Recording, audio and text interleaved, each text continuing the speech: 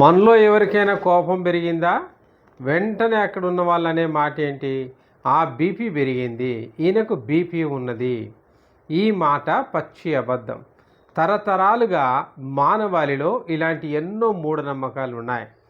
కోపం అనేది ఒక ఎమోషన్. అక్కడున్న పరిస్థితుల్ని బట్టి, అక్కడున్న వాతావరణాన్ని బట్టి, మనుషుల్లో ఉన్న మాట విధానాలు అవన్నీ కూడా ఒక వ్యక్తి మీద ప్రభావాన్ని చూపించి కోపాన్ని కలిగిస్తాయి. కొద్దిమంది కోపాన్ని నియంత్రించుకోగలరు, కంట్రోల్ చేయగలరు. మరి కొద్దిమంది కోపాన్ని నియంత్రించుకోలేక పెద్దగా కోపంతో అరిచేస్తారు. అయితే ఈ కోపం అనేది ఎంత ప్రమాదకరం అంటే, ఎవరైనా ఆల్రెడీ ఒక వ్యక్తికి బీపీ ఉన్నట్లయితే కోపం ఖచ్చితంగా ప్రమాదకరం. ఈ కోపం ద్వారా వాళ్ళకు వెంటనే బ్రెయిన్ స్ట్రోక్ కానీ, హార్ట్ అటాక్ కానీ, లేదా బీపీ ఎక్స్ట్రీమ్ లెవెల్లో పెరిగిపోయి ఎన్నో అనర్థాలకు దారితీసే అవకాశాలు ఉన్నాయి. కాబట్టి కోపం ద్వారా బీపీ పెరగదు, కానీ బీపీ ఉన్న వాళ్లకు కోపం వస్తే ఖచ్చితంగా అది అనర్థాలకు దారితీస్తుంది. ఇది నిజం. ఈ బీపీ గురించిన అవగాహన ప్రజలందరికీ కల్పించాలని మే 17వ దినాన, మే 17th can be considered as a world hyper tension day. అంటే ప్రపంచవ్యాప్తంగా బీపీ గురించి అవగాహన రావడం కోసం మరి యొక్క హైపర్ టెన్షన్ డేగా దాన్ని పరిగణిస్తూ ఉంటారు. ప్రపంచవ్యాప్తంగా ఏటా 10 లక్షల మంది మరణాలకు ఈ హై బీపీ ప్రధాన కారణమని మీకు తెలుసా? తగిన జాగ్రత్తలు తీసుకుంటే ఈ విషాదాన్ని ఆపడం సాధ్యమే. అందుకే బీపీ మీద ప్రజలకు అవగాహన కల్పించడం కోసం ప్రపంచ ఆరోగ్య సంస్థ వరల్డ్ హెల్త్ ఆర్గనైజేషన్ మే 17వ తేదీన ప్రపంచ హైపర్ టెన్షన్ దినంగా నిర్వహిస్తారు. అంటే వరల్డ్ హైపర్ టెన్షన్ డేగా పరిగణిస్తారు. మీ రక్తపోటును రెగ్యులర్గా చెక్ చేసుకోండి, నియంత్రించండి మరియు ఆరోగ్యంగా జీవించండి అని ఈ సంస్థ మానవాళిని పిలుపునిస్తూ ఉంది. అసలు బీపీ అంటే ఏంటి? బీపీ అంటే బ్లడ్ ప్రెషర్, అంటే రక్తపోటు. మన గుండె కొట్టుకోవడం ద్వారా, మన గుండె ద్వారా రక్తనాళాల గుండా శరీరం అంతా ప్రవహిస్తుంది. ఈ రక్తం మన నాళాల్లో ప్రవహించే ఆ యొక్క ప్రెషర్నే బ్లడ్ ప్రెషర్ అంట. దాన్ని 120 సిస్టోలిక్ ప్రెషర్గా, అంటే పైనున్న బీపీ, 80 డయాస్టోలిక్ ప్రెషర్గా, అంటే క్రిందున్న బీపీ, అంటే 120/80ని సాధారణంగా ప్రతి ఒక్కరిలో నార్మల్ బ్లడ్ ప్రెషర్గా పరిగణిస్తాం. వయసును బట్టి ఒక 10-20 పాయింట్లు ఎక్కువైనా తక్కువైనా పర్వాలేదు. ఈ స్థాయి కంటే బీపీ ఎక్కువైతే హై బీపీ అని, తక్కువైతే లో బీపీ అని అంటాం. హై బీపీ ఉన్న వారిలో తలనొప్పి, తల తిరగడం, ఛాతీ బరువుగా ఉండడం, కళ్ళు మసకబారడం, మరికొంతమందిలో అయితే ముక్కులో నుంచి రక్తం కారడం, ఊపిరి ఆడకపోవడం వంటి లక్షణాలు కనిపిస్తాయి. మరి కొంతమందిలో అయితే ఏ లక్షణాలు కూడా ఉండవు. అందుకే ఈ హైపర్ టెన్షన్ని సైలెంట్ కిల్లర్ అంట. చాప క్రింద నీరులా వ్యాపించి తీరా వైద్యం చేద్దామనేసరికి కిడ్నీలను, గుండెను సగం నాశనం చేసి కూర్చుంటుంది. అందుకే నాకేం సమస్యలు లేవులే, నాకు హెల్త్ చెకప్ అవసరం లేదులే అనుకునే వారిలోనే ఈ బీపీ ద్వారా అనేక అనర్థాలు జరుగుతూ ఉన్నాయి. కాబట్టి మనకు ఎలాంటి ఆరోగ్యం ఉన్నా, అనారోగ్యం ఉన్నా ప్రతి సంవత్సరం 40 ఏళ్ళు దాటిన వారు తరచూ ఈ యొక్క హెల్త్ చెకప్ చేసుకోవడం ద్వారా మనకు బీపీ, షుగర్ లాంటి సమస్యలు బయటపడతాయి. ఈ హై బీపీతో అనేక మంది తెలియకనే నష్టపోతూ ఉన్నారు. మనం బీపీ చెక్ చేస్తే తప్ప ఎక్కువ ఉందో తక్కువ ఉందో ఆ బీపీ గురించి మనకు తెలియదు. ఇక లో బీపీ లక్షణాలు కూడా హై బీపీ లక్షణాల్లానే ఉంటాయి. వీటికి తోడు ప్రాణం తేలిపోయినట్లు, చల్ల చెమటలు, అతి నీరసం కూడా ఈ లో బీపీలో ఉంటాయి.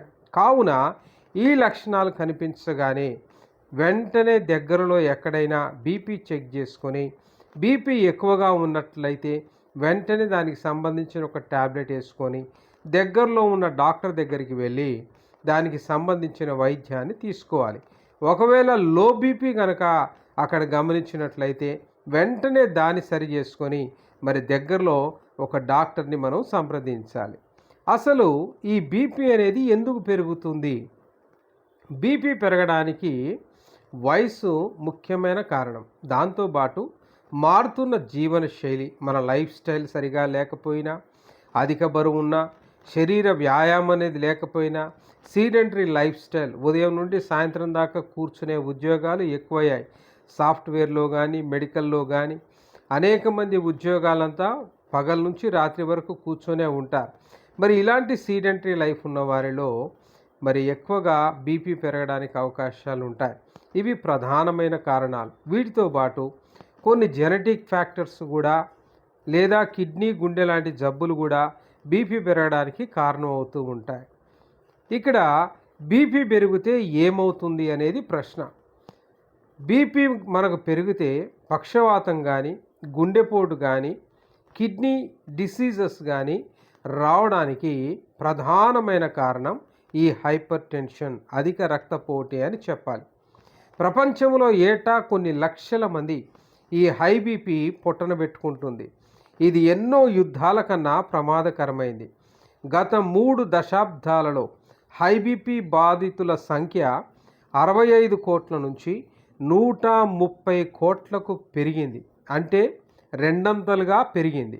2030 సంవత్సరం కల్లా ఇంటికొకరు హైపర్ టెన్షన్తో, హై బీపీతో, లేదా షుగర్తో, లేదా క్యాన్సర్తో, లేదా హార్ట్ ప్రాబ్లమ్స్తో ఉండే అవకాశం ఉంది అని ఒక నివేదిక 2000 సంవత్సరంలోనే మనకు సమర్పించబడ్డది.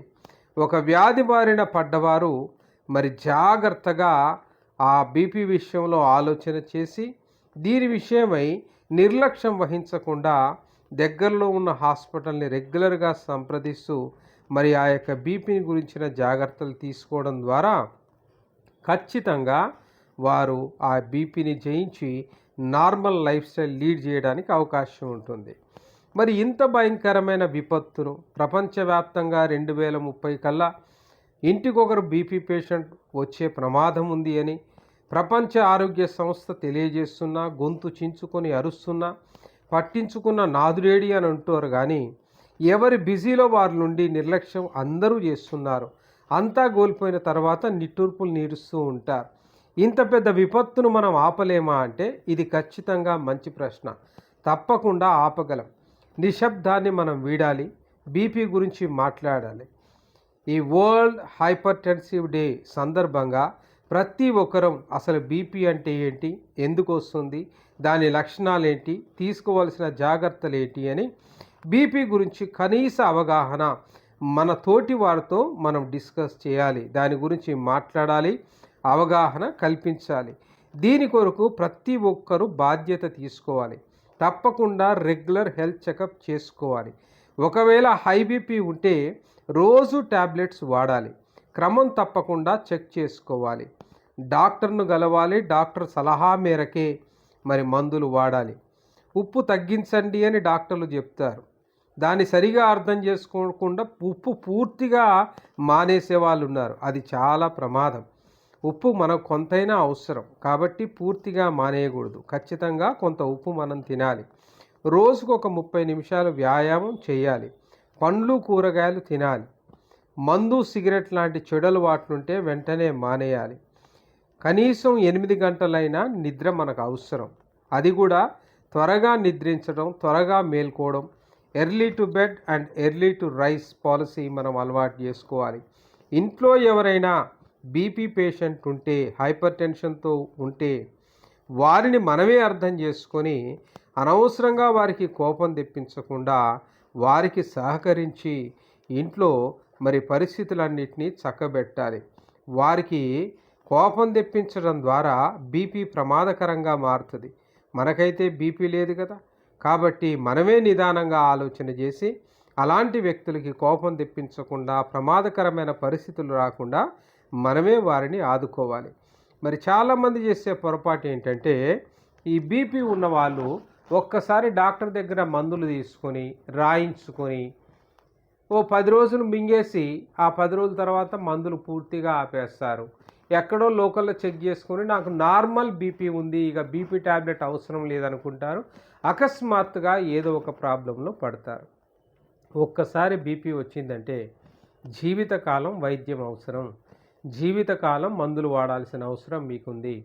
మీ డాక్టర్ మీకు బీపీ ట్యాబ్లెట్ రాశారు అంటే ఆ ట్యాబ్లెట్ ఆపాలా, మార్చాలా, ఏం చేయాలి అనే నిర్ణయం మీ డాక్టర్కు వదిలేయండి. మీ డాక్టర్ వైద్య పరీక్షలు చేసి సరి అయిన ఆరోగ్య సలహా మీకు అందిస్తారు. మీ డాక్టర్ యొక్క మాటను నమ్మండి. మీ డాక్టర్ ఏం మీకు చెప్తాడో దాన్ని అనుసరించి మీ యొక్క ఆరోగ్యాన్ని కాపాడుకోండి. బీపీని పూర్తి స్థాయిలో కంట్రోల్లో ఉంచండి. Happy world hyper tension day. Thank you.